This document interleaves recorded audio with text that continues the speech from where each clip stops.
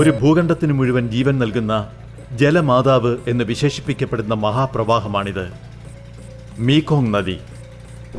നദി കടലിൽ ചേരുന്നതിന് മുൻപ് 9 ശാഖകളായി പിരിയുന്നതിനാൽ സോങ്ക്യു ലോങ് അഥവാ 9 വ്യാളി നദി എന്നാണ് വിയറ്റ്നാമിലെത്തുമ്പോൾ വിളിപ്പേര്. ഇത് വെറുമൊരു നദി മാത്രമല്ല, 6 രാജ്യങ്ങളിലൂടെ ഒഴുകുന്ന 5000 കിലോമീറ്റർ നീളമുള്ള ഒരു മഹായാത്രയാണിത്. ലോകത്തിന്റെ മുകൾത്തട്ടെന്നറിയപ്പെടുന്ന ടിബറ്റൻ മഞ്ഞുമലകളിൽ തുടങ്ങി വിയറ്റ്നാമിലെ സമ്പന്നമായ കൃഷിയിടങ്ങൾ വരെ നീളുന്ന അത്ഭുതയാത്ര.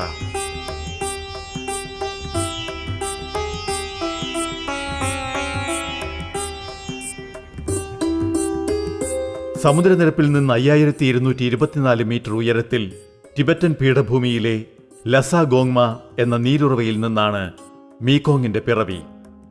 ചൈനയിലെ ആഴമേറിയ ഗിരിനിരകളിലൂടെ കുതിച്ചുപാഞ്ഞ് മ്യാൻമാർ, ലാവോസ്, തായ്ലൻഡ് എന്നീ രാജ്യങ്ങളിലൂടെ ഒഴുകുന്നു. ഈ രാജ്യങ്ങളിലെ വൈദ്യുതി ഉൽപ്പാദനത്തിനും ചരക്ക് ഗതാഗതത്തിനുമുള്ള പ്രധാന മാർഗമാണ് മീക്കോങ് നദി. നദി ഒഴുക്കിലേന്തുന്ന 160 ദശലക്ഷം എക്കൽ താഴ്വാരത്തിലുള്ള മണ്ണിനെ പൊന്നാക്കി മാറ്റുന്നു.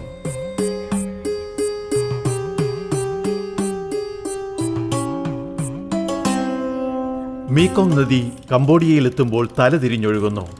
അതാണ് മീക്കോങ് ഫ്ലഡ് പ്ലസ്. മഴക്കാലത്ത് നദി നിറഞ്ഞു കവിയുമ്പോൾ അത് സ്വാഭാവിക ദിശ മാറ്റി ടോൺലെ സാപ്പ് എന്ന തടാകത്തിലേക്ക് തിരിച്ചൊഴുകുന്നു. നദി എത്തുമ്പോൾ തടാകം സാധാരണ വലിപ്പത്തിന്റെ 5 ഇരട്ടിയായി വളരുന്നു. ഇതാണ് മീക്കോങ് ഫ്ലഡ് പ്ലസ്.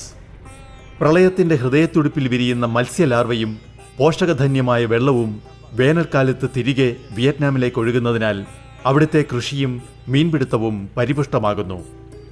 ഈ നദിയുടെ സ്പന്ദനമാണ് വിയറ്റ്നാമിന്റെ ജീവൻ നിലനിർത്തുന്നത്.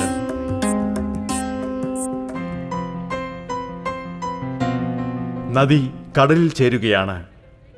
1.7 കോടിയിലധികം ജനങ്ങൾ വസിക്കുന്ന വിയറ്റ്നാമിലെ മീക്കോങ് ഡെൽറ്റ ഒരു മഹാദ്വീപ് പോലെയാണ്. ഇവിടെ നദി ടിയൻ, ഹോ എന്നീ 2 പ്രധാന ശാഖകളായി പിരിയുകയും പിന്നീട് 9 വ്യാളികളെപ്പോലെ അനേകം കൈവഴികളായി കടലിൽ ചേരുകയും ചെയ്യുന്നു. വിയറ്റ്നാമിലെ അരിയുടെ 50%, മത്സ്യസമ്പത്തിന്റെ 65%, പഴവർഗ്ഗങ്ങളുടെ 70% ഉൽപ്പാദിപ്പിക്കപ്പെടുന്നത് ഈ മേഖലയിൽ നിന്നാണ്.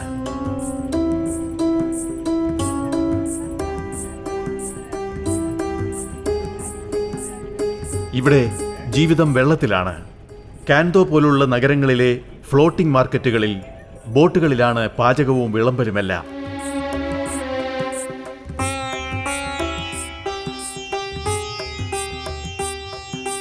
ഒൻപത് വ്യാളി നദീ മുഖത്തിലൂടെ കടലിൽ അണയുന്ന മീക്കോങ് ഇന്ന് വലിയ ഭീഷണിയിലാണ്. കാലാവസ്ഥാ വ്യതിയാനവും അനിയന്ത്രിതമായ അണക്കെട്ടുകളും നദിയുടെ താളം തെറ്റിക്കുന്നു.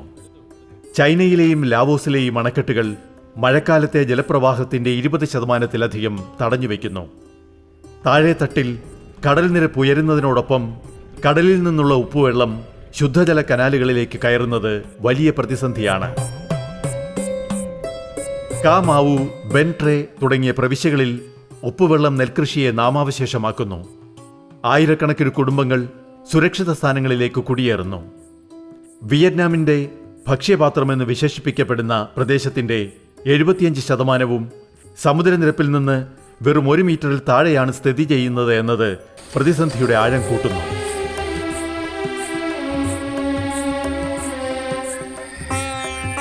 ഏഴ് കോടിയോളം ജനങ്ങളുടെ ജീവൽ സ്പന്ദനമാണ് മീക്കോങ്. ടിബറ്റിലെ മഞ്ഞുമലകൾ മുതൽ വിയറ്റ്നാമിലെ അഴിമുഖങ്ങൾ വരെ നീളുന്ന ഈ യാത്ര അതിജീവനത്തിൻ്റെതാണ്. പുരോഗതി ലോകഗതി തന്നെ മാറ്റുന്ന ഇക്കാലത്ത് മീക്കോങ് നദിയുടെ ജീവൻ നിലനിർത്തേണ്ടത് വരും തലമുറകളുടെ ആവശ്യമാണ്.